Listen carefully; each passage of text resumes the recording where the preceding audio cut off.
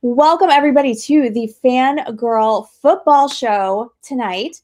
I am joined by our Fangirl founder, Miss Judy Attaby. I am also joined by Angie Hatfield. You guys know her as Gridiron Angie. I'm your host, Stacey Perez. Tonight, guys, we are going to be talking all the NFL draft, fantasy fallout, rookie landing spots, team winners. We got some depth chart battles that we're going to get into. And I think at the very end, if you're going to stay with us, we're going to announce our Fangirl Mom of the Year winners. We've got two. Very excited about them.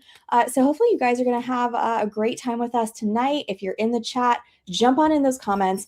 Send them in. Get to talking with us tonight. I want to know, first off, what everybody's overall feeling was about this draft.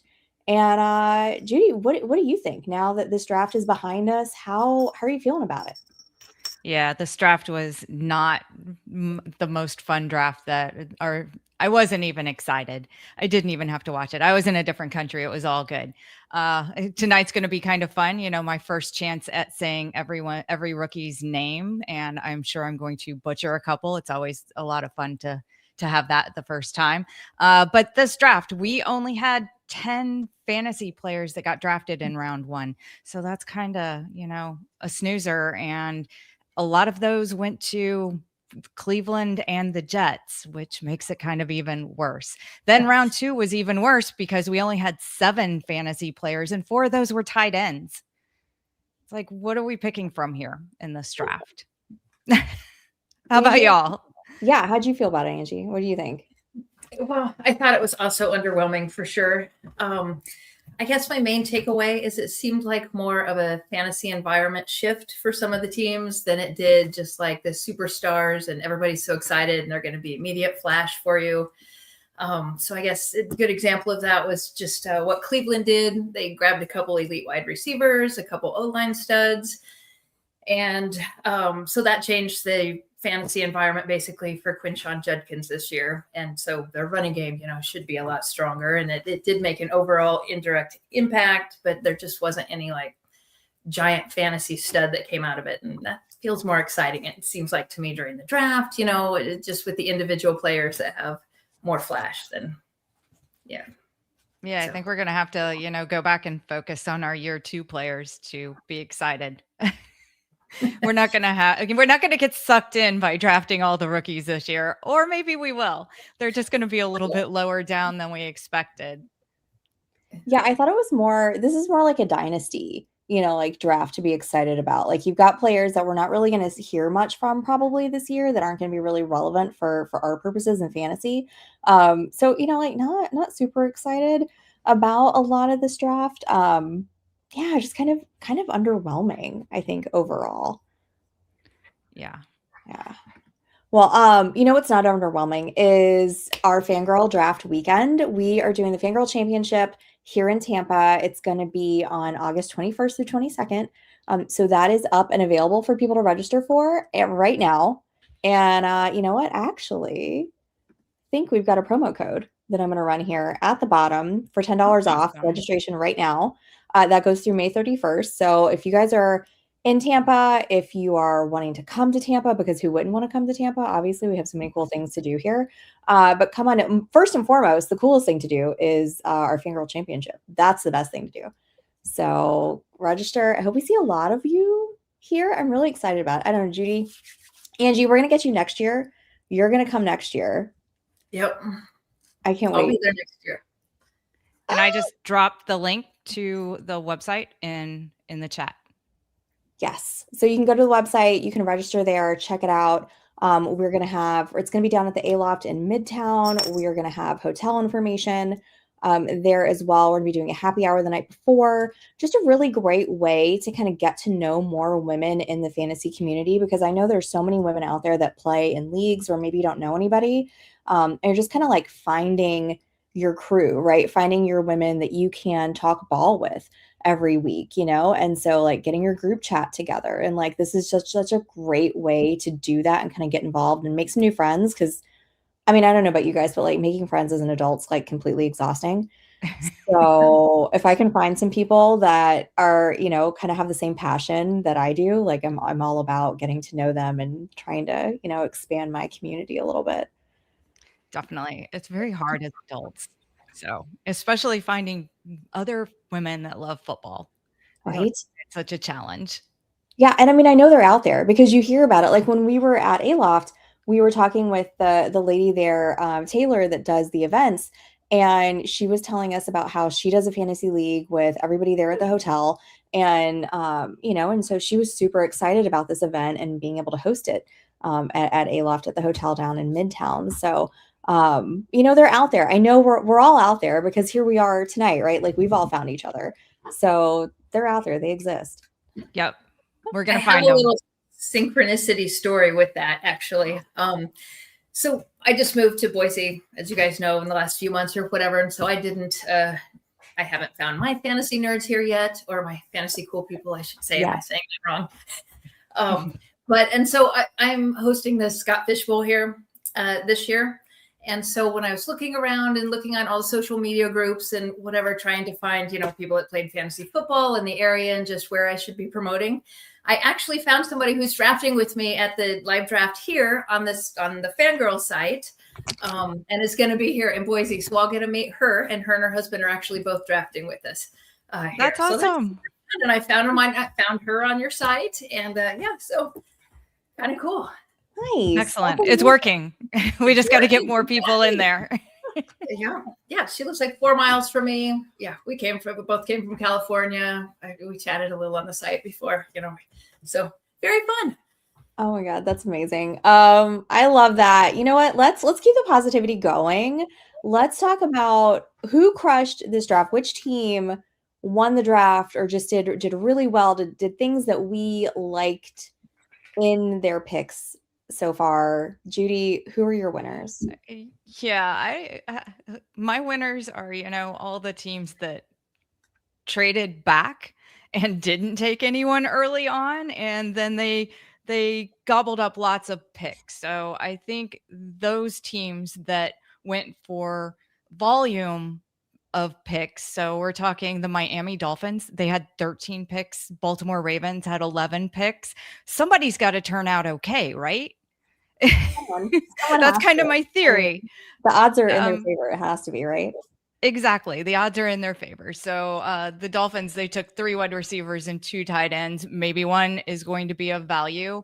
I do like Chris Bell at wide receiver for the Dolphins. He University of Louisville, and I went to University of Louisville, so I'm Louisville alum. So I've got to support Chris Bell there, and he's got the WR1 role.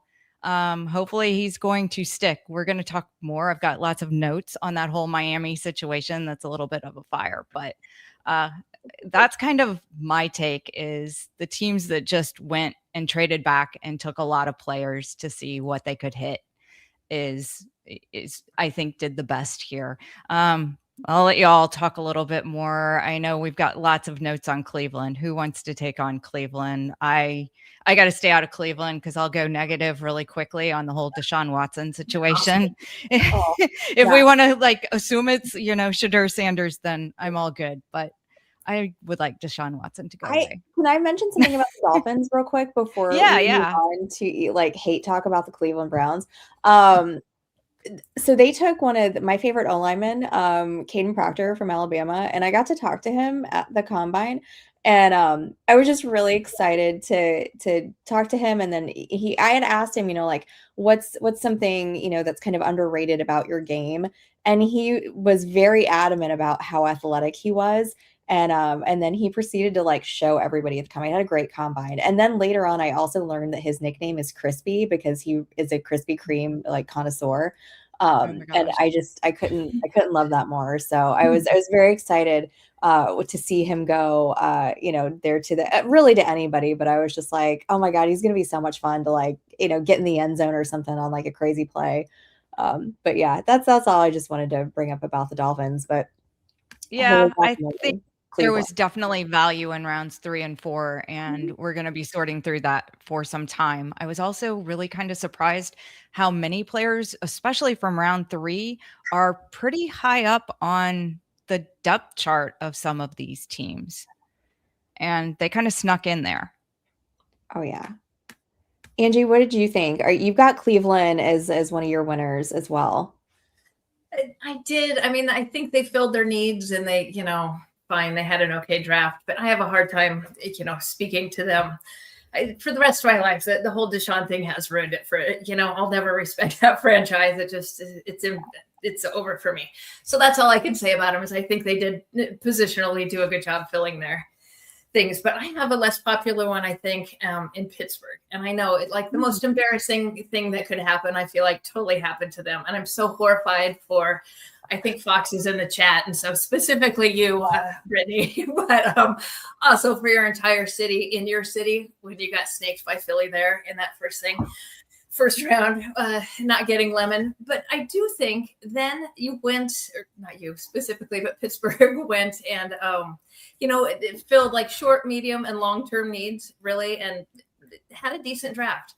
They got an elite receiver in Jermaine Bernard. He's a good route runner, elusive after the catch. He should be able to take on the WR3 slot role pretty quick, if not immediately. So I don't know if he'll be much of a fantasy impact, but I mean, as far as the team goes, he definitely will have a team. I think he'll be productive for the Steelers. Then they took a swing at their potential franchise quarterback, Drew Aller. I like him. I know he's a little more controversial, but he will have an entire year probably behind, the weirdo of Aaron Rodgers, which, I mean, the guy's all pro, whatever. If I'm going to develop behind somebody and learn some things from a quarterback, I mean, he's on my short list, despite how strange I personally find him. And they got still in the third round. They went and got a great O-line guy that should make an immediate impact and actually really be a big difference in their run game. So, and actually really it's for the sickos, I guess, and anyone that does return yard points or gadget plays. Kenyon, is it Kenyon? Oh no, Caden Wetjen. Yeah. Wetjen is his name. So that's going to be a fun one to say. And I'm going to try and bring it up on because obviously, but he was like the 2-time winner of the best return specialist in the nation. And I think he could probably have a gadget role there and some, fun kick returner points and, best balls and just like last pick kind of things, not in redraft. Nobody draft anyone named Wetjen, please. No. That's hilarious. Yeah. You'd have to have like the deepest of redraft leagues for you to be drafting Wetjen on draft day and not like scooping him up like week, 14 on waivers or something. But just wait till the season comes and that's the week we're going to be, steaming up Wetjen on the waiver show. Fun to say, right? Yeah, it's so fun. Oh my gosh. I wanted to say Cleveland too, pretty much all the reasons that you guys had, 3 of their first 6 picks were with that O-line. So adding some help for whoever is going to be under center. I did like Casey Concepcion and Denzel Boston there. I've got a pretty unremarkable wide receiver room there in Cleveland right now. Jerry Jeudy, I am talking about you. I am not talking about you, Cedric Tillman. We love you. This is not directed at you. Also, they're with Judkins and he's going to be back healthy. And then Harold Fannin, now that Njoku's gone, signed with the Chargers. We'll talk about that a little bit later. But, they've got some really good pieces, really some nice dynamic playmakers there, which they need because last season Cleveland ranked 31st in total points per game. So, I think they kind of need all the help they can get right now. But do you girls have any other teams that we thought did really well? I mentioned briefly the Ravens. I like what the Ravens did. They had 11 picks, which kind of snuck by me that they had 11. And they took 2 wide receivers, Jacoby Lane from Southern California, and Elijah Surratt from IU. And they're listed as W2 and 3 on the depth chart. Surratt should be in the slot for the Ravens, and I'll probably be taking him pretty late in the drafts because I do like the Ravens this year. I'm super excited about their coaching change. Not that I didn't like John Harbaugh. I loved Harbaugh, but I think just a change for the Ravens is going to be kind of good. And I'm kind of excited to see what their new offensive coordinator Doyle can do. He spent 1 year with the Bears last year. When he came in, he was the youngest offensive coordinator ever, but he didn't get to call the plays under Ben Johnson. But apparently he was responsible for halftime adjustments, and the Bears had 7 comeback wins. So somehow the Ravens persuaded him to move over from the Bears, and he's probably still our youngest offensive coordinator. I guess he's 29 now. And now he's going to get all of this talent. They already had a pretty talented team, and we can see if if new coaching and some fresh inspiration can get them where we all think they should be every year. What do you all think about that, of the Ravens picks? I was going to say, as a Packer fan, I was personally traumatized by at least 2 of those comeback wins. So I still can't talk about it. All right, fair enough. Good. Go traumatize another division, please. Angie, do you have any other teams that you really liked? Not really. It's so underwhelming. Like, I feel like I followed so closely. Like, later on I'll talk about some disappointments. I definitely had some of those, but not really. I didn't think overall like anyone was, I don't know, such a big winner. Yeah. Like, Cleveland just sort of rolled into default as okay, they had a decent draft, so then they were a winner, but I just don't even think there was a like grand prize winner. So yeah, no. The only one I could think of, and I when I wrote them out, I was like, my God, am I really like over here just praising Cleveland and the New York Jets? But yeah, kind of. I mean, like, their first 3 picks in the rounds that, they take David Bailey and then Kenyon Sadiq and Omar Cooper Jr.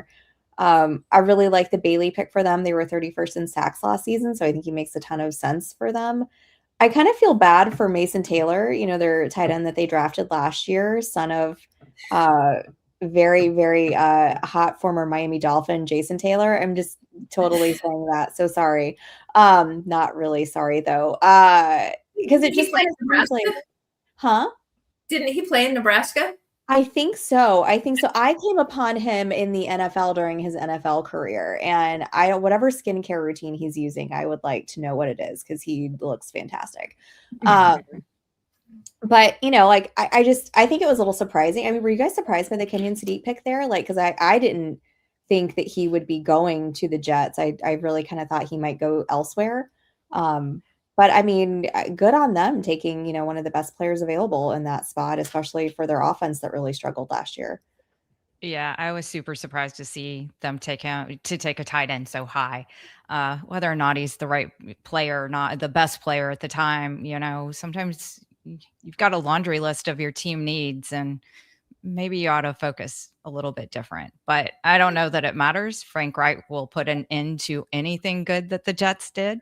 He will make sure that no one succeeds on that team. I am a Colts fan. I guess I just said former Colts fan, but being a Colts fan, I'm not a Frank Reich fan. Yeah, I don't blame you too much. I did like Omar Cooper Jr. going there. He's one of my favorite wide receivers from this year's draft. 13 touchdowns last season. I think will go really nicely there with Garrett Wilson. And the Jets were only scoring 17.6 points per game last season. So I think they need all the production help they can get. Yeah.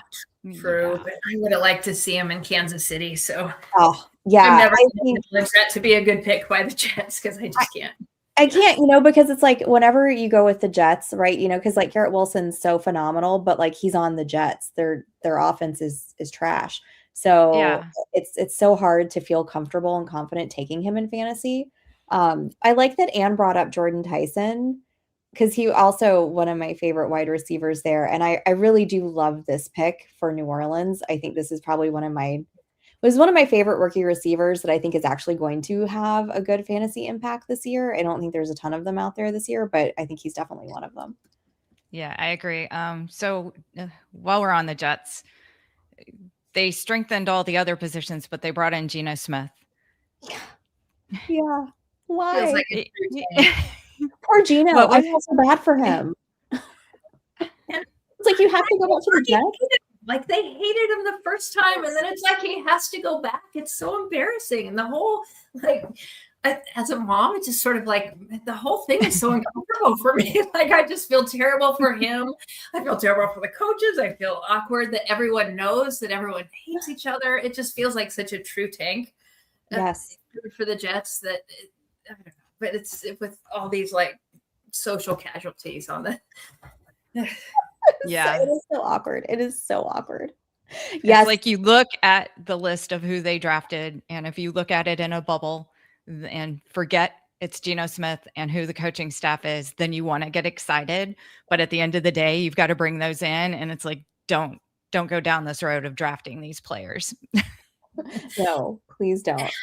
Howard Bender is a Jets fan, and he said on the show today they were just pumping him up about, look, they're putting all these pieces in, and in 2028, when they can get rid of that coach and they've got a quarterback and all of this, you will be so happy. So it's like, the point was living for 2028. If you're a Jets fan, I think is your best hope. Really, is all you got going.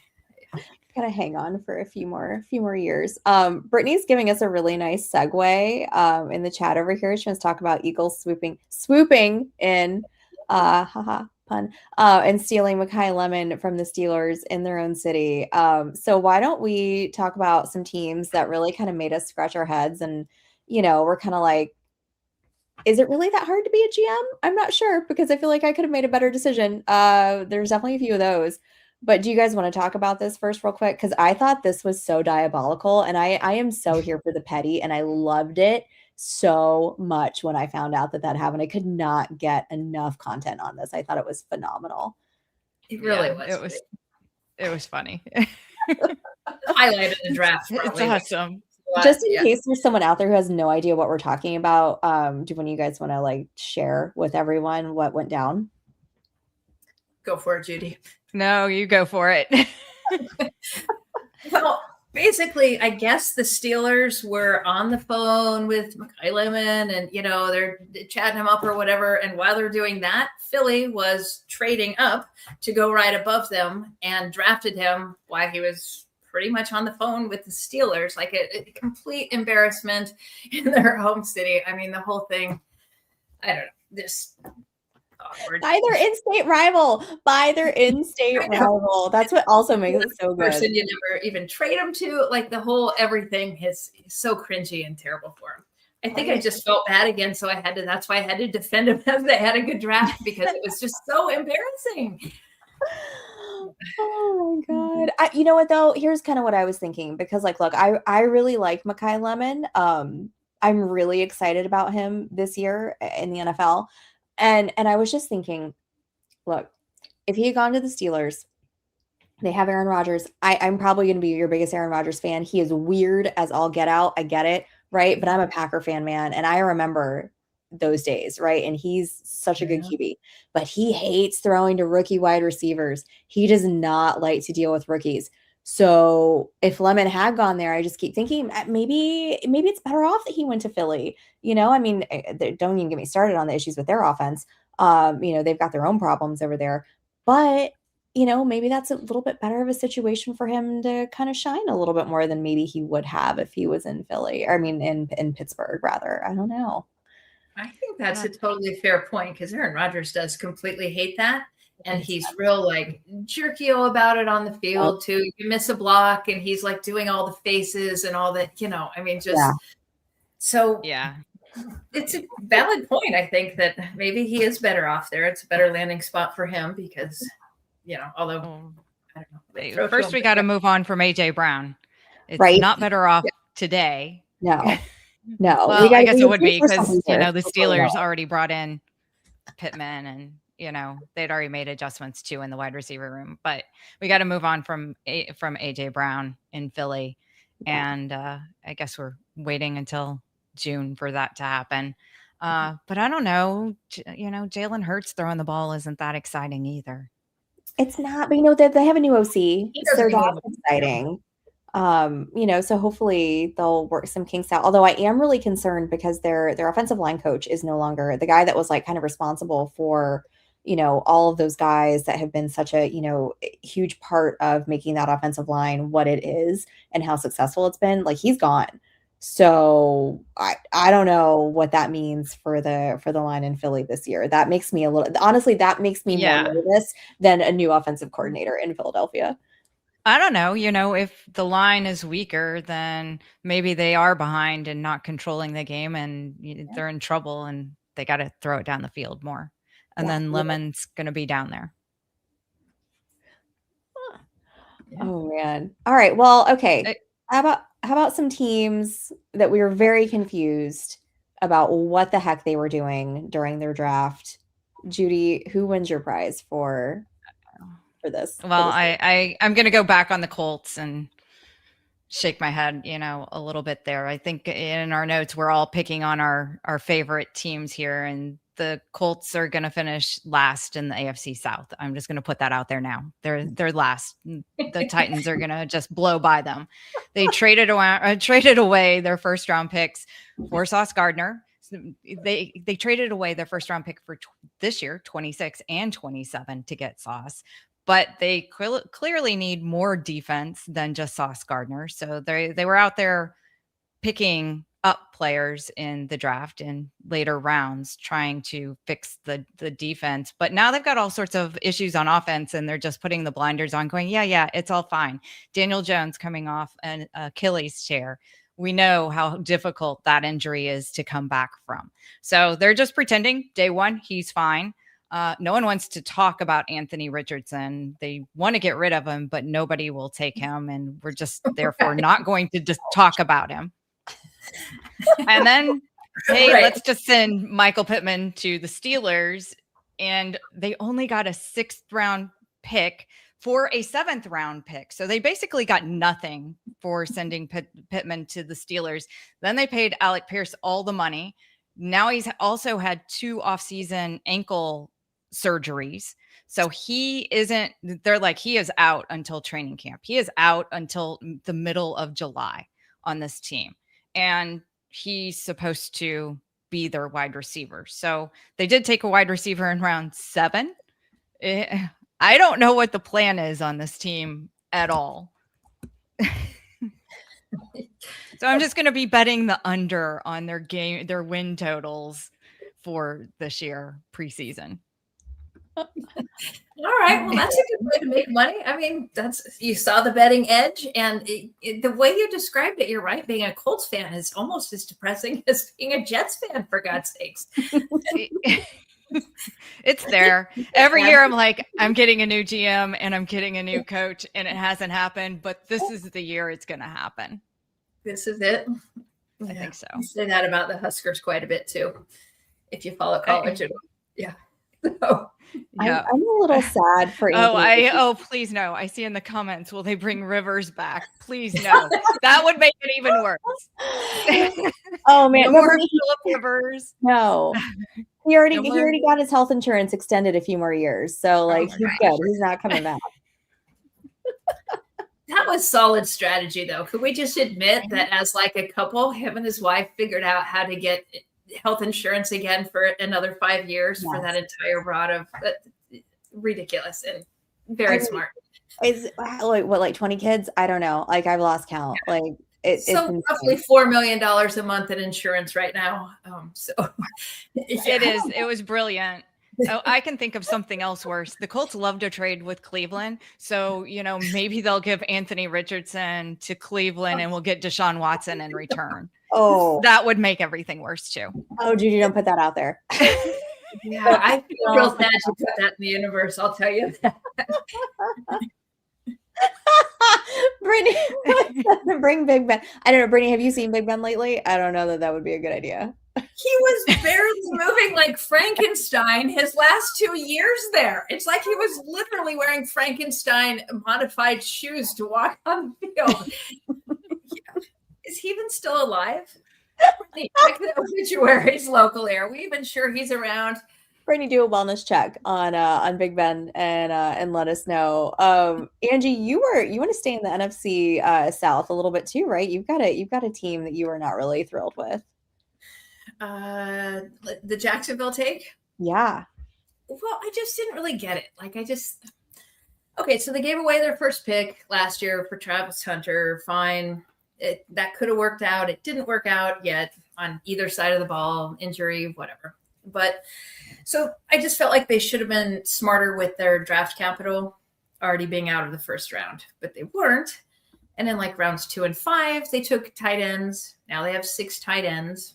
And I mean, they had defensive needs that they didn't address. I just don't really understand. Like, I don't know. They've moved the needle none for any of us in fantasy in any way. So that's disappointing on its own. But like as a team, are they any more of a contender than they were last year? I don't really, not to me. Hey, the good news is they get to play the Colts twice. They got 2 wins already. So, right? Do they have Jets? Who else do they have on their schedule?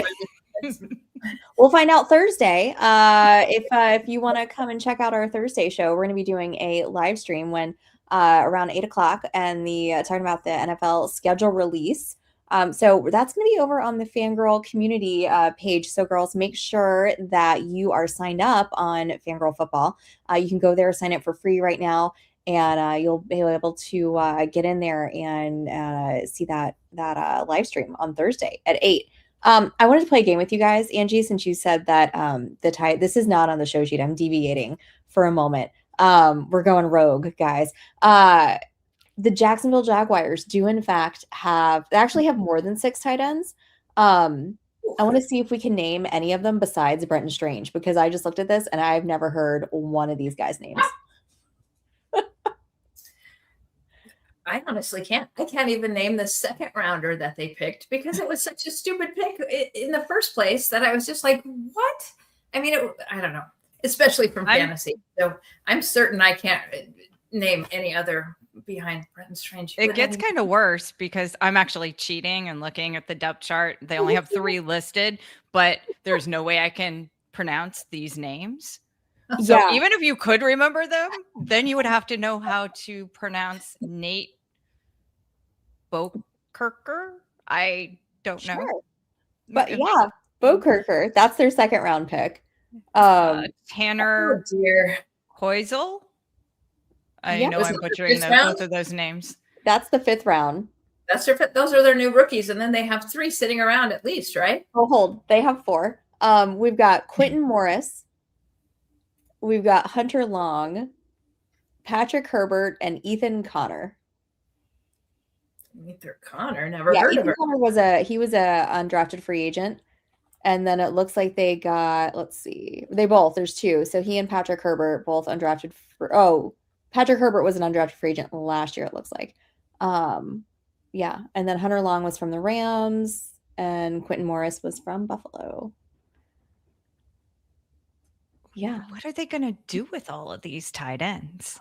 See, look at all of our blank stares right now when you talk about their tight end depth. It's just, not understanding, like they actually did have defensive needs. And if you're not going to like beef up or help, Trevor at the helm, then, I mean, why wouldn't you just fill those holes? Like, what are you even doing? I just don't.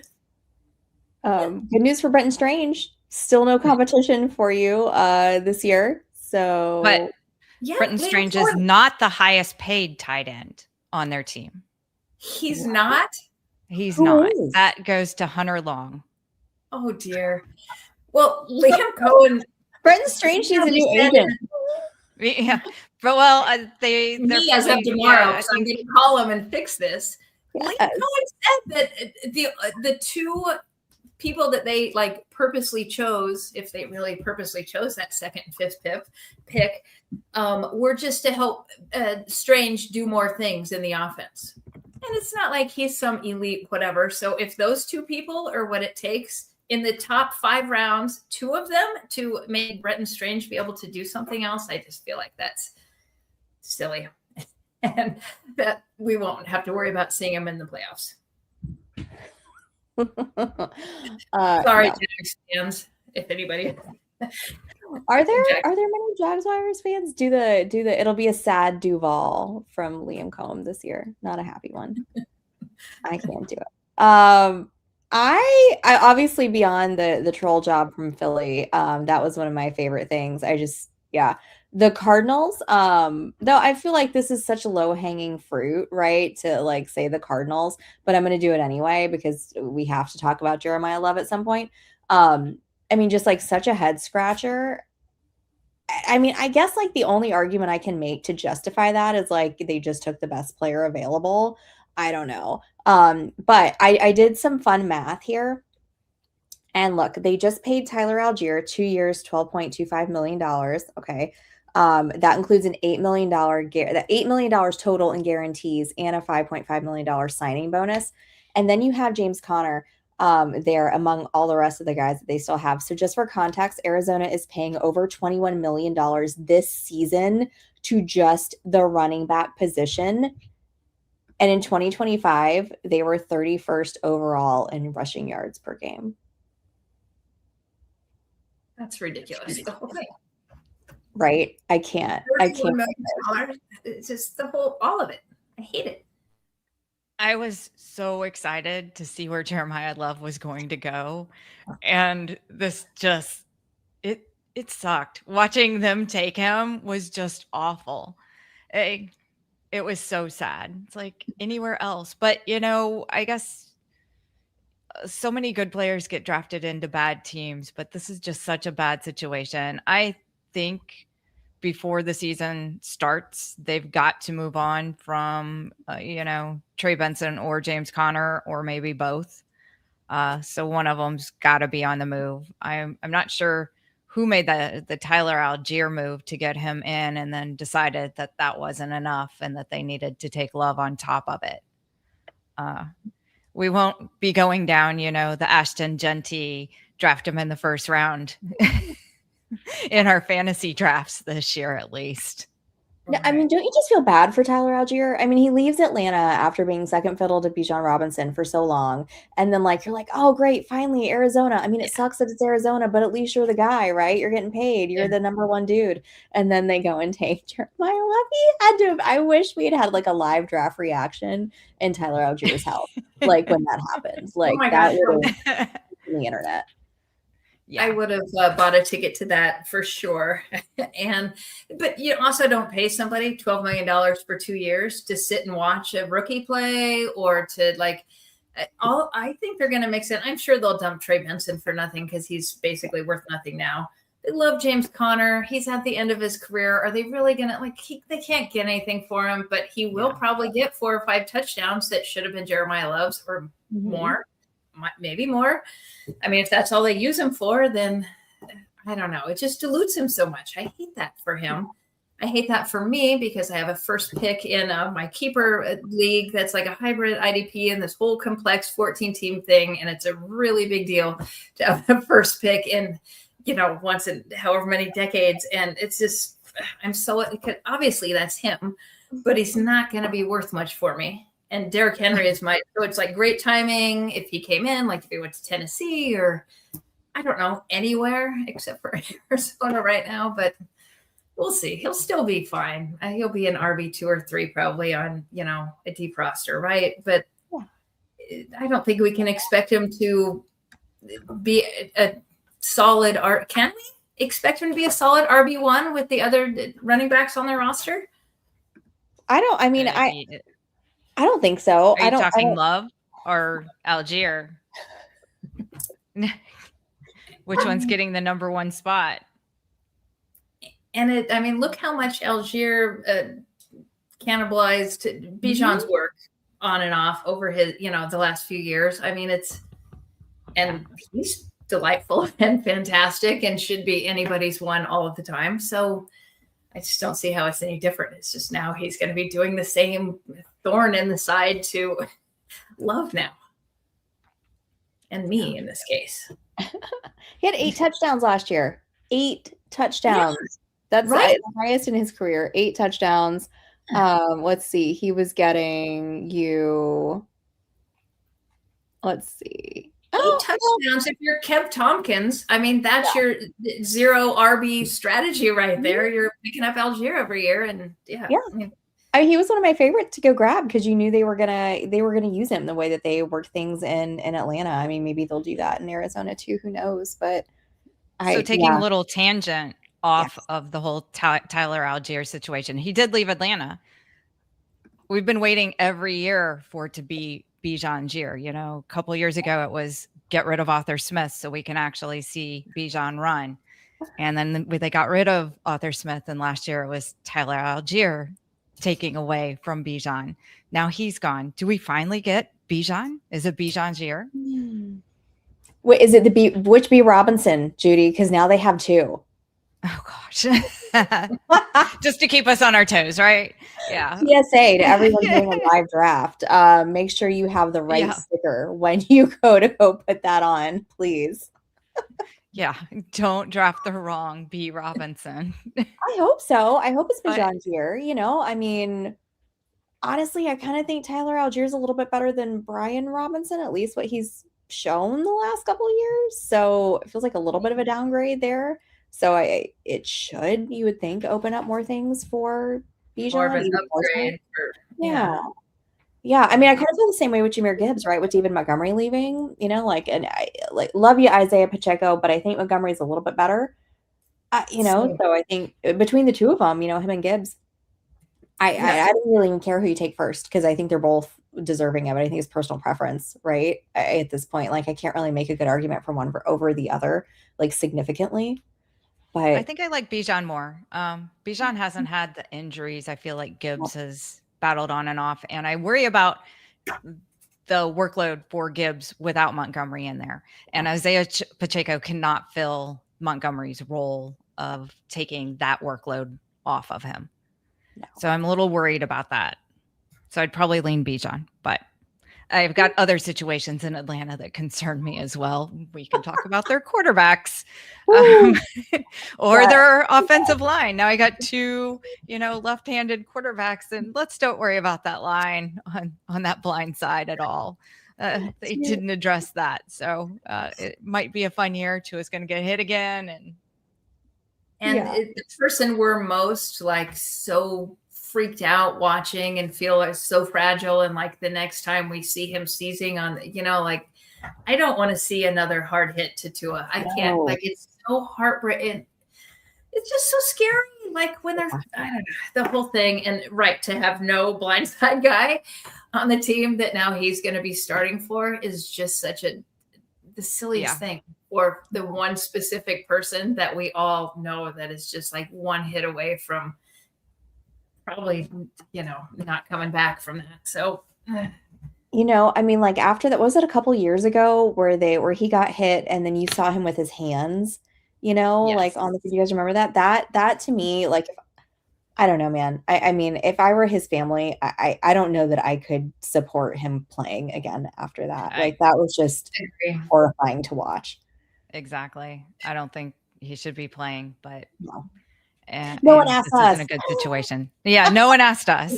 Right. Yeah. For the call, but so far they're just waiting for that Atlanta area code to pop up. Maybe they'll be calling from the Colts like week 5 when this isn't going very well. Right. Maybe I can get the call then. Oh my gosh. All right, guys. So let's talk about fantasy a little bit more. Like let's take our favorite picks from the draft and how did they translate into favorite landing spots for some of these rookies.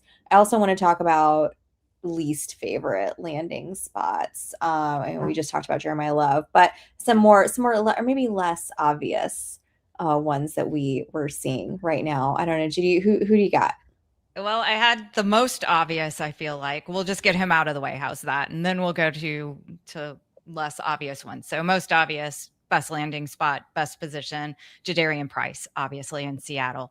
Getting that job in Seattle in front of Charbonnet, who's hurt, who may not even be there, for the season opener coming off that ACL tear. How high? Right now, he's not moving up the draft boards, but not that many people are drafting. How high do you think he's going to be by August? Right now, he's still behind Jeremiah Love. I don't think by mid-August he's still behind Love. What do y'all think? Where's he going to be going? Where should he be going?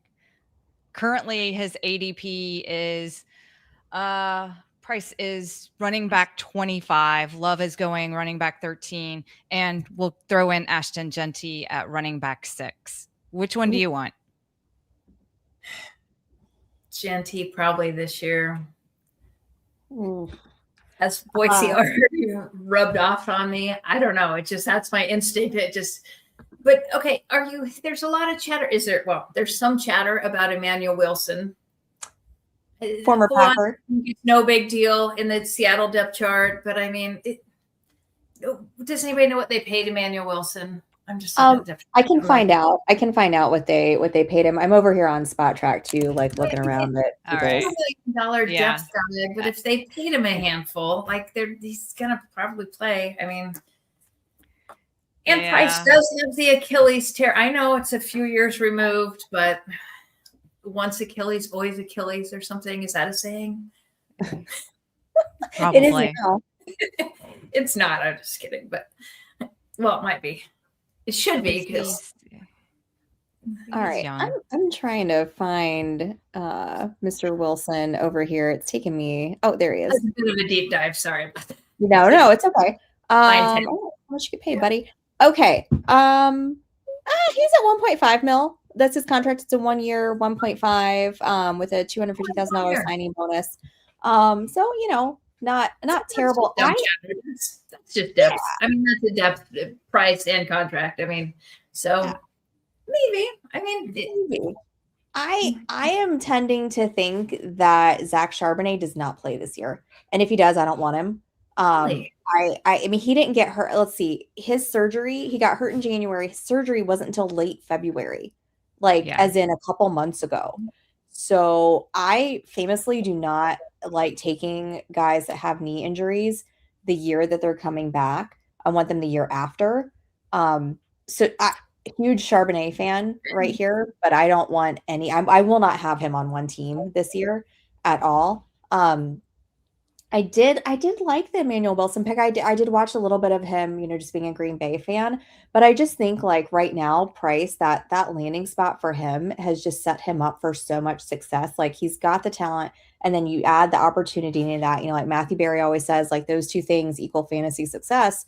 And especially on a team with the third highest run rate last season, which is 50%, and they were only behind Buffalo and Baltimore. So you got a team that likes to run the ball. I know that they lost Kubiak. They're going to have a new OC in there. But I don't think that really makes them shy away. I think that's kind of one of their identities, is that they are going to run the ball a lot. So I think for him, that's a great spot. I mean, if you absolutely have to have one of the rookie running backs, you're going to get better value with him. But it's still probably a little too high, to be honest, with him there. Because I don't think that he's going to have the job full out. They're going to mix in some of Wilson, some of Hulani, who knows what else happens after June 1st, you never know. But I like it for him, especially long term. I think it's a good spot for him. I think so too. I like him. I'll be looking for him because I feel like he has value in the drafts. I'm going to watch how high he goes up there. He should stay behind Genty with Kubiak going to the Raiders. I like that situation, but the line in Seattle is definitely a better line to run behind. So given the opportunity and the condition of the rest of the team, it's hard not to really like Price. Yeah. Can we stay on Vegas for a second? And one of my least favorite spots was Mike Washington landing there, because I really liked Mike Washington coming out of the draft, and then he lands in Vegas, which just absolutely kills his value. He's irrelevant for redraft. I guess he's probably, I don't even know really about Dynasty. I don't play too much Dynasty, but I don't really like it there. I mean, you're probably just going to be looking at him as maybe a change of pace back, giving Genty a breather here and there. I can't really see that he's got too much time on the field coming his way this year.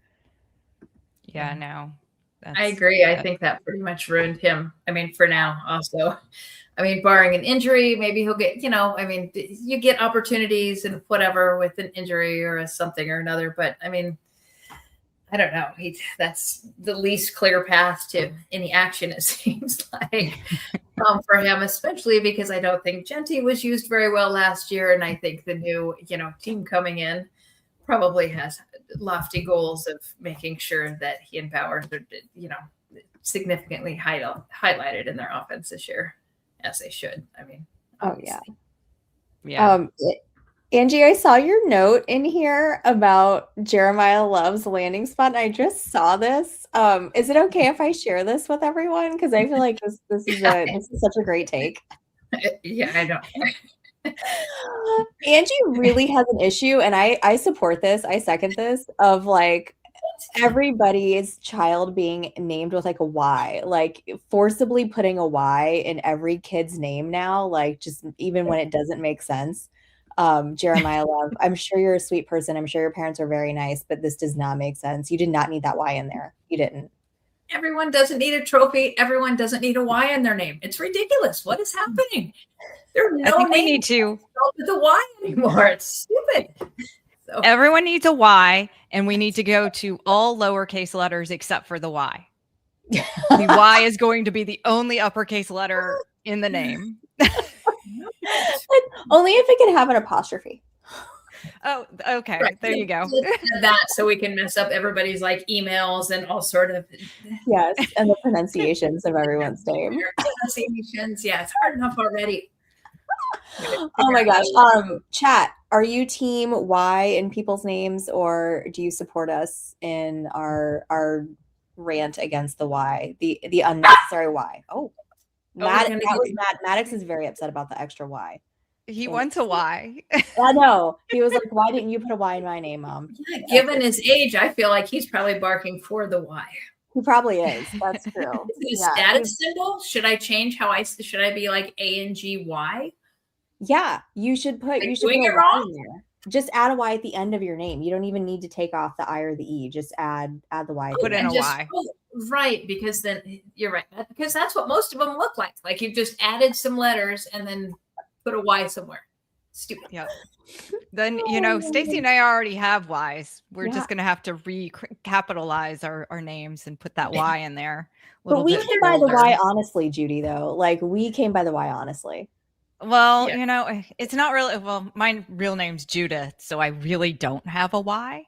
But I couldn't go by that. I hate my name. Anyhow, I always wished I had IE instead of Y, which is kind of weird. But now I guess Ys are in, so I guess I'll keep the Y. Use it now. If you can get another one in there, maybe you could be like JUYDY. I don't know. You do, Stacy. Maybe at the end. Oh yeah, I could definitely do an STAYCY. Like stay. See, absolutely. Yeah. The more ways, the better. There you go. No, I'm missing an opportunity. Oh my God. Oh, Angie. Okay. Jordan Tyson. That was probably one of your favorite landing spots too, right? Yes. Love his immediate possible impact or probable impact in New Orleans for sure. Think it helps probably Olave and him. Too bad probably for Juwan Johnson. I think that's going to pop him out of like your poor man's tight end picks toward the end of drafts. Not too bad for him, I guess. Too bad for us who like to pick him up at the end and he was sure for 4 or 5 catches in New Orleans. That's probably over, maybe. Yeah. So he's definitely one of my favorite landing spots for fantasy for like immediate, I would trust that. I would draft it in the right place. Yeah. I think so too. Yeah. Big Jordan Tyson fan. Judy, you like the 2 Penn State running backs and where they landed. So I'm going to throw them out there. Penn State produces good running backs. We know there are certain, colleges that produce great tight ends. Penn State produces great running backs, in my opinion. So Nicholas Singleton went to the Titans and Katron Allen went to Washington. Both of them are sitting, a little bit buried in the depth charts, but we know that teams can kind of eat through running backs rather quickly. And I think that we're going to see both of these guys at some point in the season. We can just write it down now, the waiver wire, we're going to talk about both of these guys at some point. I think Nicholas Singleton has the better role here, the better opportunity sitting behind Tony Pollard and Tajay Spears, who are not great running backs to begin with and a little bit injury prone. And I like what the Titans are putting together. And guess what? They get to play the Colts twice. So I'm going to get back to that. And they're going to get to run on them and have lots of opportunity there. So I can't wait to see what they do. It's kind of one of those, we always I think one of the most fun things about the draft is being right, picking it and calling it and being right. Right? Yes. Right. Double win, like in the 2-win situations. picking Exactly. it. Yeah. So these are my two that I'm watching, and I'm gonna see if I can hit on them or not. Can I say one quick thing about Katron Allen? Go for it. Yeah. Because, okay, all he's got, like, okay, Bill or JCM or whatever we're calling him, and Rashad White, that's it. That's it. Right? Literally his competition. I realize he was a, later day draft and whatever. He might be the best running back on that team. I mean, I think that's a great pick. Yeah. I think he has Wild Rosie in the chat. Karen, what do you know? Sorry if I mispronounced his. Oh, she's asking on the spelling, but do you It's have with a Y. Oh, there's definitely a Y for in the there. Commanders for a while, and I'm wondering if, do you have any insider information on us on if they're loving him yet? Yeah, Rosie, get on it. Like, find us, get us the dirt, get us the tea. All right. Yes. Yeah. I think these two snuck through in the draft, and I'm excited to see. Great value. Oh yeah. Well, I always love like grabbing like taking some late round flyers on those running backs because it is such a volatile position, right? Like there's so many injuries every year. Inevitably they're going to get down to giving those rookies, an opportunity at some point. So they are good waiver wire stashes and guys that you should have on your radar, especially in teams where you've got, like a running back by committee situation, especially with other, running backs that have had those injury issues, in the past. So definitely ones to keep on your radar. Speaking of running back by committees, why don't we move on and talk about some depth charts and what we are kind of forecasting for those post June 1st cuts that are going to be coming pretty soon. Let's keep it on the running backs. We have some shaky running back situations, right? Judy, how you've got Detroit, right? So you want to? Yeah, we already hit on that. How is Sonic going to do without Knuckles in Detroit, and can Gibbs handle it alone? So we talked about that. I'm really surprised they brought in Isaiah Pacheco. Yeah. That one surprised me a lot. There are a lot of running back rooms that just kind of make you scratch your head. We could go to Kansas City, and speaking of Pacheco, leaving Kansas City, and I like that they brought in Ken Walker, but that's kind of it. He's not going to stay healthy. And there's so many rosters that you can look through and have those questions on. Stacey, I think you had one too in your notes. So Baltimore. Yes. How are you feeling about Henry? Yeah. So, Derrick Henry to me, he's one of those players where, like you always get a little worried when players get close to 30 or past 30. I couldn't care less how old Derrick Henry gets. He could be 45 years old and I'm still going to draft him. He's just one of those guys that is just, immune to the effects of age and time. He just takes care of his body so well in the training that he puts into it. It's like him and Devontae Adams. I don't care how old those guys are. I'm still taking them at the spots where they're going in drafts. Not worried about that at all. But you take a look at what's going on besides Derrick Henry, right? They added one rookie through the draft, Randall Adam. That name it's hard for me to even doesn't even roll off the tongue nicely, like Randall Adam. That's and because then there's no why. Can we give him a why?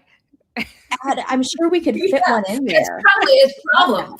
His mom was too old to put a bunch of Y's in his name, and exactly. He's got like a millennial mom instead of a younger one. He's got like a geriatric millennial mom, I'm sure. But beyond that, you've got like the ghost of Justice Hill and Rasheen Ali.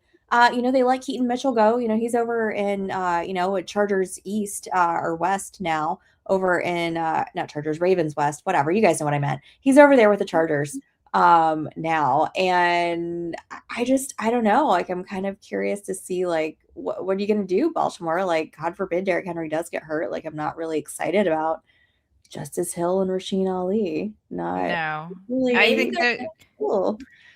Sorry, Judy, go ahead. No, go for it. I was just going to say, maybe they're planning to trade for Tyler Algier.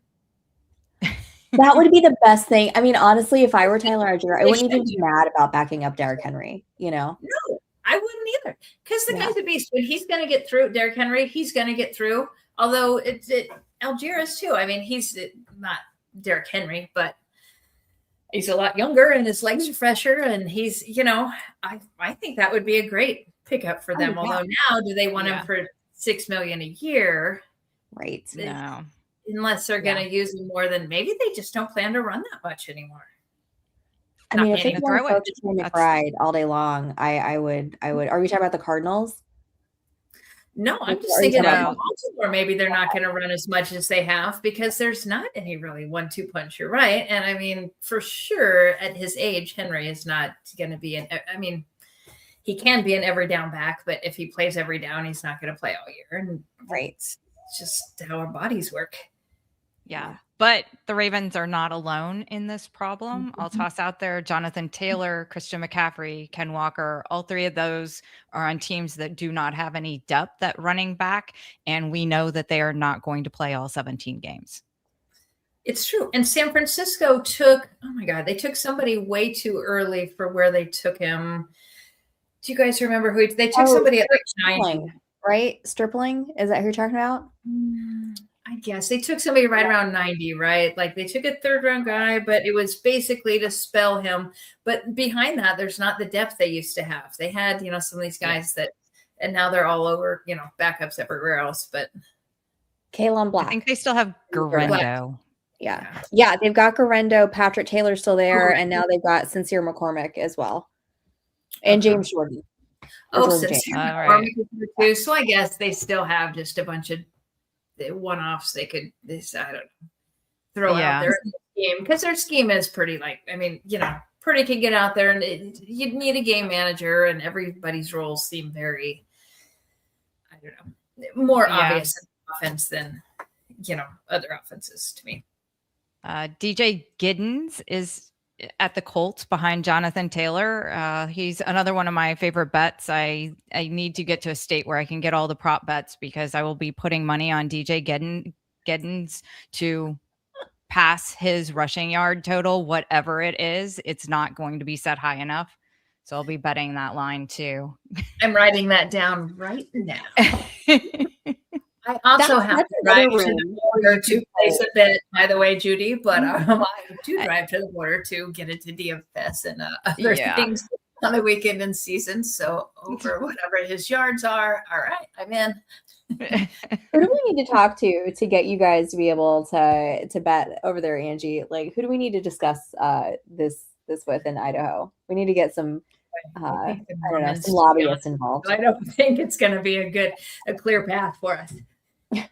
It's not a lot better here in Florida, because we only get the Hard Rock, which never has good lines. Their lines are awful. Next week, I'm going up to North Carolina, so I get all the sports books, and it's a lot of fun to see what all the different lines are, to have everything. Yeah, in California, we could do parlay. We could underdog and do all that, but you had to bet 2 things. You have to parlay everything. So that's obviously a whole different animal. Yeah. So what other problems are we having with teams? Anyone got anyone else they want to add in? Just that I feel like the Chiefs, when they have Patrick Mahomes and you're drafting in the 1st round, why in the hell are you not trying to get your offense back up to snuff? I mean, they've lost their spark. They didn't even make the playoffs. It's insane. And they took it. I mean, I don't hate their pick. Like, was it Peter Woods? They took a defensive tackle where I really wanted to take Omar Cooper Jr. Right? Just took the next round. Yeah. And they don't have an elite outside receiver. They really should be building tight end depth. I mean, for God's sakes, talking about Big Ben, that's how Travis Kelce is starting to look in the slot right now. He's 2 years out at best, moving like Big Ben did when he went out. I mean, he's a big guy, and he's not going to be there forever. And they should be building the depth now, because that's been a really successful play calling position for them and how things worked. And I don't know. I was disappointed. And they definitely need, besides the tight end depth, an outside receiver, which could have been Cooper. Yeah. I looked up Noah Gray, because I was like, how old is Noah Gray back there? Noah Gray is 27 years old. So maybe it's going to be his year. Yeah. I mean, he was one that, he was sneaky waiver ad last year, throw him in a couple games there when Travis was having some problems. But that's not somebody I want to rely on right now. So No. Never consistently did they give him even close to what they, planned for, laid out for Kelsey for a game. So even when they knew Kelsey was out, it's not like he just stepped into that role and they were using him in the same way. I feel like at this point, he's been there several years. If they aren't still doing that, they're probably not doing that with him. So I don't know. City would have been better there too, Avi. I had a really surprising find when I was looking this up. First off, I had an issue with Buffalo and their wide receiver room. That was obviously a huge problem last year. Then they go and they trade for DJ Moore. Okay. They drafted Skylar Bell. All right. Did you guys know who is the second most expensive wide receiver room right now with a $59.4 million salary hit? I hope not. Seriously? It's Buffalo. What? Oh my gosh. Saying Josh Palmer, Keon Coleman, all this money. Like how? I don't understand what's happening there. They can't just dump Keon Coleman because it was so embarrassing with the owner. Yeah, he should have him, and it's so awkward now for him. Like we could do a whole show on just awkward situations right now in the NFL. I feel like, but yes. Yeah, and he should be on his rookie contract still. So I would think, I don't know, maybe you can't just dump him. Not making anything. But we've got Mecole Hardman, Shakir, Josh Palmer, Tyrell Shavers, Trent Sherfield. What? All right, another what? Yeah. What? Confused. Oh yeah, Trent Sherfield. Uh-huh. What is going on with the Dolphins? Are the Dolphins planning on throwing the ball, or are they just tricking us by piling up 6 wide receivers on their depth chart and drafting a bunch of them? And we know they've got Achane there. So, we know they want to run the ball. And then they bring in Malik Willis, backed up by Quinn Ewers. That's a great quarterback room. So are we just going to have Malik Willis run with Achane? And have, put as many wide receivers out there to kind of confuse the defense that maybe they have to cover them. And then we just let the quarterback and the running back run. Is that their plan? Do they have a plan? I think Achane will be their biggest receiver. I think he'll have the most receiving yards and maybe catches, for God's sakes. I hope not. But I think I don't see how else this is going to play out. Who's going to protect, why Malik is scrambling? I don't see how this is going to play out. I think it's going to be an absolute disaster. It seems like it. You just look at their roster going, what were you thinking? I know. I don't know that they were. I think Willis could be way better than we think. I mean, he might be. That's the problem. I think he's going to win them more games than they want to win this year. And I'm not sure what the purpose then of signing him was. If you're going to trade away Waddle and, basically start from scratch again, go full tank, man. Like if you can go tank, go full tank. Like I don't understand the Malik Willis signing that. I like Malik Willis. And I know that was probably brought on a lot by now that they've got a lot of Green Bay. They've obviously their head coach was the Packers. I think their new GM, formerly of the Packers as well. So the familiarity there with him. But yeah, I don't really understand what they were doing with that Malik Willis signing if they were intending on tanking. I mean, it seems like they were. It's not like he's terrible. I mean, he's a viable backup. He might be a viable starter on a losing team. But I don't know. It does feel like a tank. But then how they're building up the rest of it doesn't make sense really. I don't know. Yeah. It's weird. And then Malik, I like what you said about Achane though, because I do think you're right on the money there, because we're looking at Malik Washington. I mean, last year he had 317 yards and 3 touchdowns. And I mean, he, played all 17 games. So that's not great. So in my projection model, everything was okay, put the quarterbacks in, and then it's like, wait, Malik Willis, why is my quarterback modeling to have 600 yards this year? And, it's like I had to go back and cap him off on a yards per run because he sets it, he blows everything out.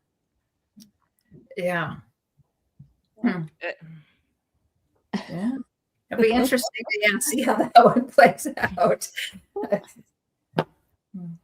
Oh man, Judy, you had the Raiders too, right? As some question marks on what the heck they're doing with their wide receiver room. Yeah, another wide receiver room. I mean, obviously you can't, pick up everybody that you want and solidify all the positions, but bringing in only Jalen Naylor, the wide receiver room is still very light behind Trey Tucker and Jack Besh. So what's their plan there?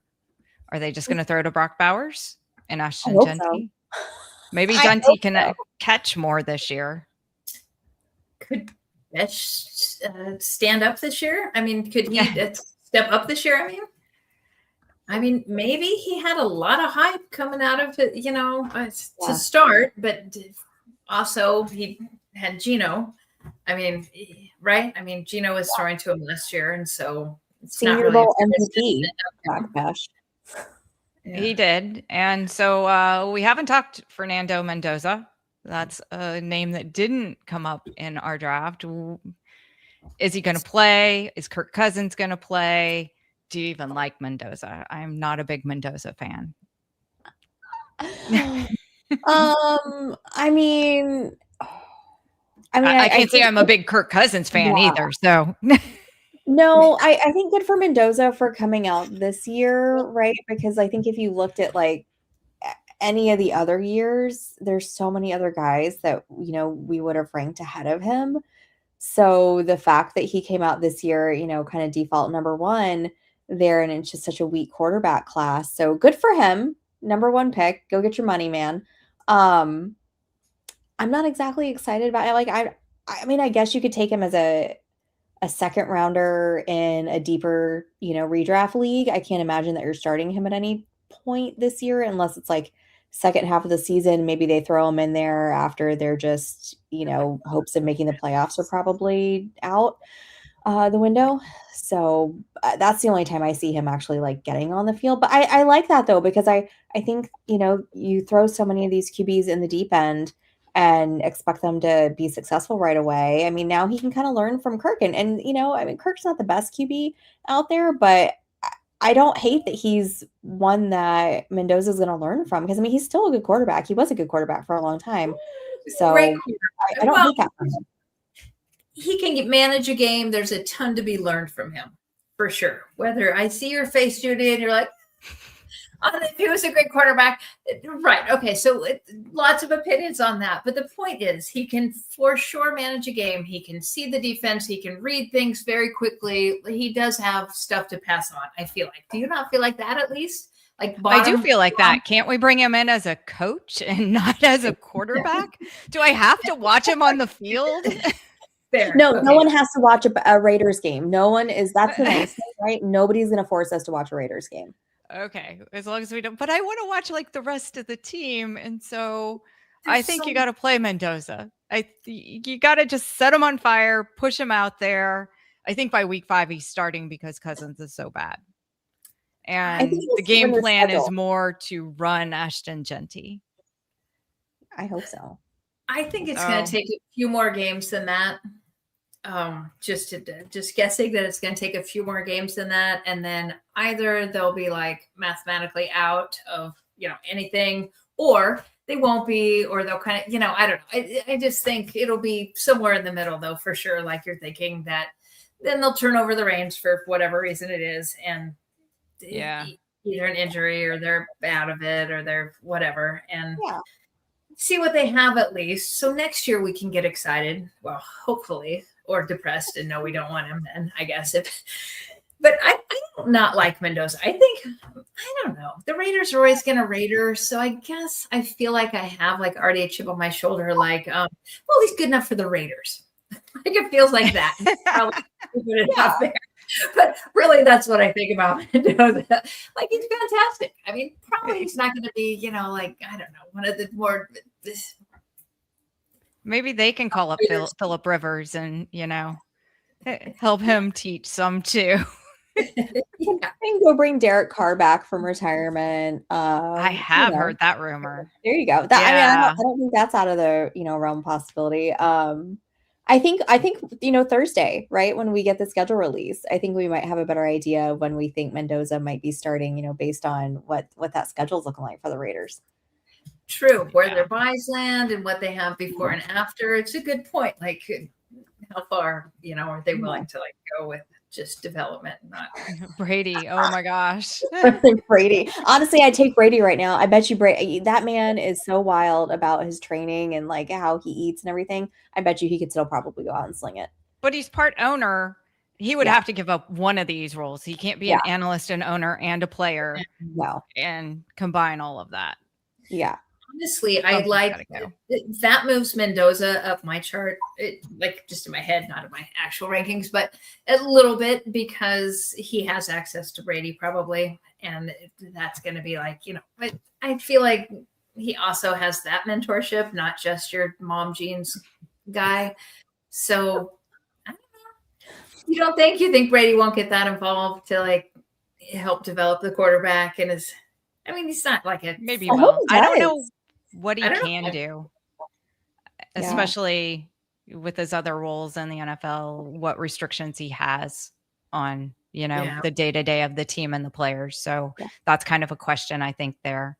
And that's a question. I don't think I can like Mendoza because he doesn't have a Y in his name. I'm only going to draft and start players with Ys. We hear, especially in girls' leagues, we hear all sorts of crazy reasons you draft people, and having a Y in the name is the new one that I think I'm going to put out there. He had a Y, so I drafted him first. I want to see how creative those rosters can get with a Y. Fernie, maybe call him. I don't know. There's got to be a way you can fit Fernando somehow with a Y in there. There has to be. All right. Something. Yeah, we figure it out. Questionable QB situations. Atlanta. Is it time to talk more about Penix and Tua? Is that what the people are asking for right now? Yes, they're clamoring for it. That's what I'm seeing. Absolute clamoring. So it seems the plan is we're going to start Tua, and then he gets hit immediately, and then we start Penix. And then I don't know what we do. Oh, the Falcons have a type, right? The Falcons have a type at QB. Yeah, well, we don't want to go into their coaching issues now, too, bringing in Stefanski. So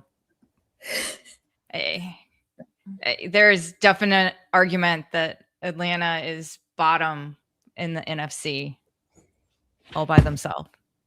Hold up. Do you know who is on the depth chart for the Atlanta Falcons at quarterback? No. Trevor Siemian. That's their third listed? Trevor Siemian and Jack Strand. All right. I didn't know Trevor Siemian was still in the league. Good for him. So I guess we're not going any further than Penix was the answer to your question there, Judy, about where we go. Not there. It's not making me feel good about Drake London. I don't feel good about Drake London in general, but now I feel worse, and I'll just scratch off Kyle Pitts altogether. Yeah. I think we can safely move on from Kyle Pitts this year. That's fine. I mean, how many years do you have to be burned by? This is it. This is the year they're going to throw to him this year. This is it. No. Just in case you all were wondering, Trevor Siemian was on the practice squad for Tennessee for the last 2 years. Oh my gosh. That's where he's been. Good. That's a great third. Two guys that are, So, all right. How come none of us, criticized Atlanta for the draft or whatever? Yeah, I think we had them in there a little bit, but I don't know. They flew under the radar. They were so excited that Arizona took Jeremiah Love. They're like, great, we're not going to get any crap for this. Right. Oh my gosh. Yeah. Do we want Uh, to just completely pile on Arizona with their quarterback situation? It's an awkward well, room. it's awkward. And then how did we give Jacoby Brissett so much confidence that he thinks he can hold out for more money? I love it. Right, but That's he's not kind of love it. crazy. Joey Brissett. He's like my age. You're not coming to camp. I don't know. It just seems a little. It's a good point. But good job, whoever did get his confidence to that level, because that is what you need to, get some success at, I imagine, at this level of sports. But damn. Yeah. I mean, you've Yeah. got to be a confident person to play quarterback. So good for him. How about the Rams drafting Ty Simpson? Would you have liked to have seen Matthew Stafford, or you think he knew it? He had to know it was coming. I mean, he's 38. I mean, I don't know. I think I still would have liked a Stafford cam, like when that happened. I would have too. And it seemed sneaky, and that's what I didn't like about it. Yeah. Like, understood, you're obviously planning for succession, and I mean, they're a very well-run team. Their coaching, their coaching staff is very good at recruiting. They're very good at their jobs on the office end there for sure. And so I don't know. It just seems like we should have. I don't know. It just felt sneaky. It felt like It did. And I think that's why, their coach was kind of seemingly mad about it, because he's so tight with Stafford and didn't want to feel like, because that's how, I don't know, did it not present as like that to you? Like it was behind the under the radar, no one knew he was meeting with them, and a surprise pick for them? It definitely surprised me. I mean, I'm not surprised that they are looking. I think it makes sense for them to have somebody kind of there to develop, waiting in the wings, right? With his age and his back issues, and like I get it. You've got that weird hyperbolic chamber thing that you park outside your training facility. That honestly, like, I would love to get in because it sounds fantastic. But I mean, you're 38 years old, Staff, and I know you just came off your MVP season. I get it, but it just seems odd to like not expect them to want to plan for that in the future. If that was his perspective, I don't know, but I'm not a huge Ty Simpson fan, but whatever. But No, yeah, it just seemed I think I weird. was It most seemed really surprised wrong. Yeah, how early he went, or that they took him so early. But I feel like they could have waited. I feel like he would have still been there, in the second round or later on, like, and feel like you need to spend that kind of draft capital on him. But yeah, I mean, good for him, man. He He's could gonna have. get paid like it. He And could have winning- definitely traded back. Yeah. Yeah. Yeah. Very, very, very strange situation there. All right, post June 1st cuts. This is the AJ Brown segment.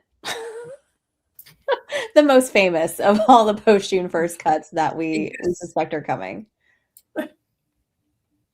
It's got to happen, right? It has to happen. It has to happen. I heard Matt Harmon the other day say that he's spiritually been a member of the Patriots for like the last 2 months, and I love that. Like, yes, he has. I'm thinking that's true. And I think the Patriots think that too, and how they're drafted, everything. Like, I think feels like a done deal. It'll be a fun shocker, though, if something else, if it changes and he goes somewhere else, or they can't keep him. I mean, the dynamic there, he's reading a book on the, when he was, which is fine. Good job. Just, reading on the sideline. But I'm just saying, it's just the dynamic is no good there anymore. And he should move on, because he's still a valuable fantasy piece for sure. But I don't want him in Philly. I don't want him. I like him so much better with him being thrown to by Drake May, who Pats were ranking 4th overall in passing yards last season, versus Philly, who ranked 23rd. So maybe justifiably annoyed if you're AJ Brown. Yeah, no, I think so. And I think that also he'll be appreciated there. And he's got the ego of a WR1, and you need, you can't be like, nah, just wait your turn. We might throw to you this game, or we might not. That's not really like, your ego's way up here if you're, making that kind of money and you're the one in the. So I think the Pats are a great match for him. I mean, I want a diva at my wide receiver one. Like that's who I want. I want somebody who's a diva, who wants the ball, is, has that ego, believes that he can catch anything that comes to him. I like a diva wide receiver. Yeah. Yeah, it's kind of fun. I don't know.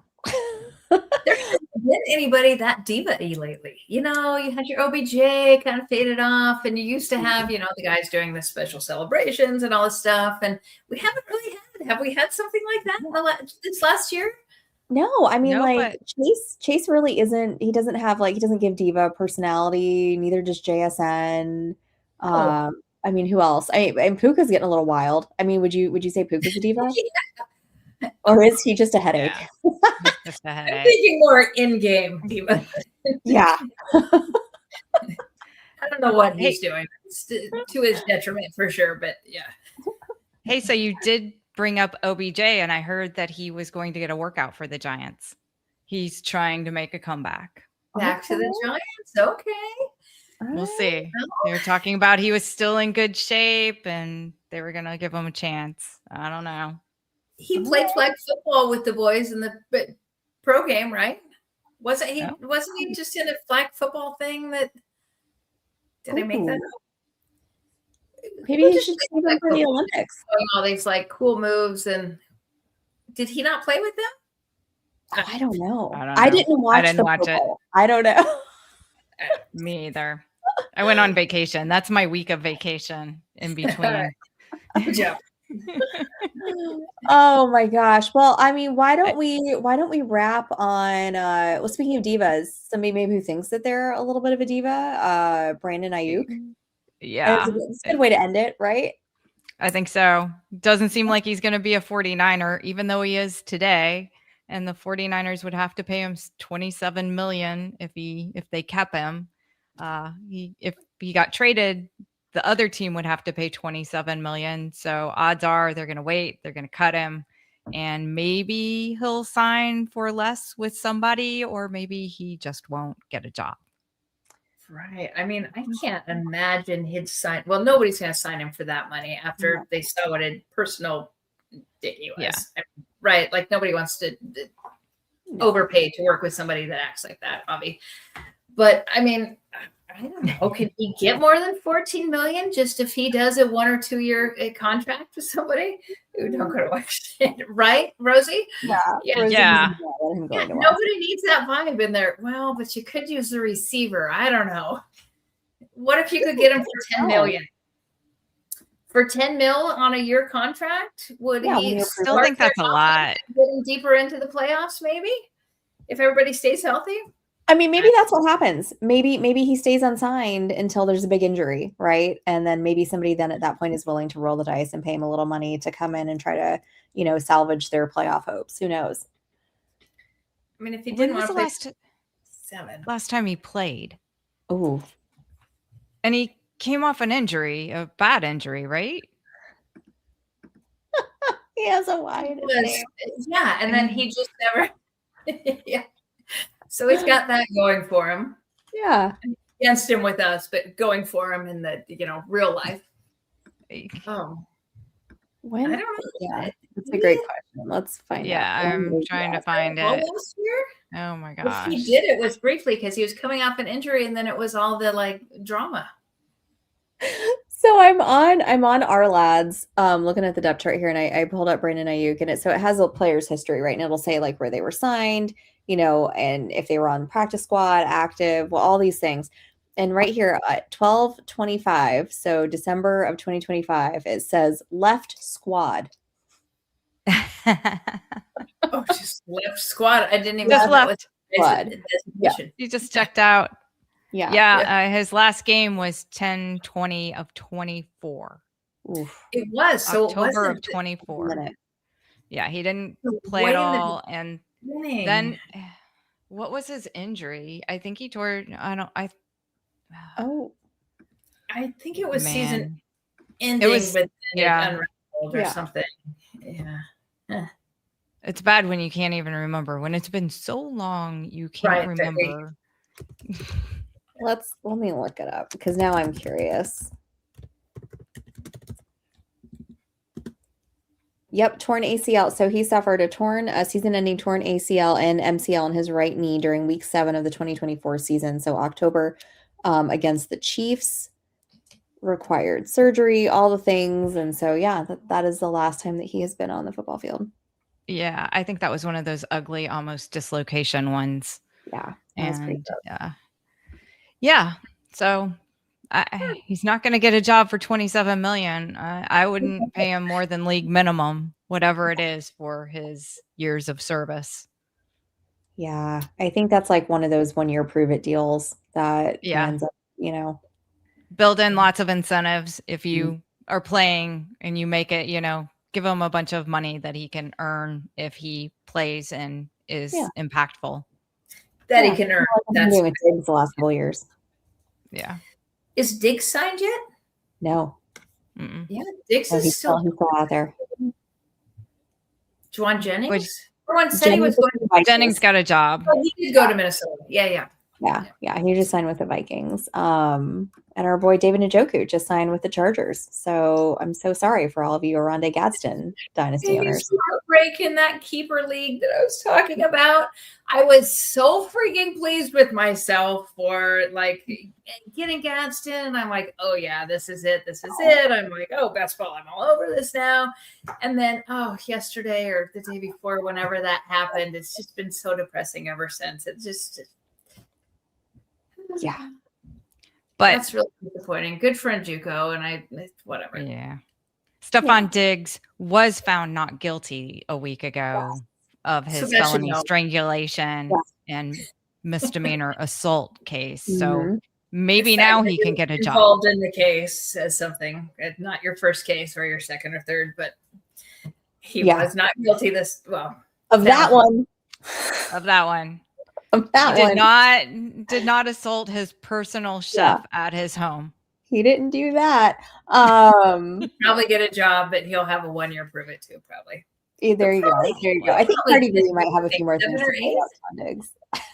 Yeah.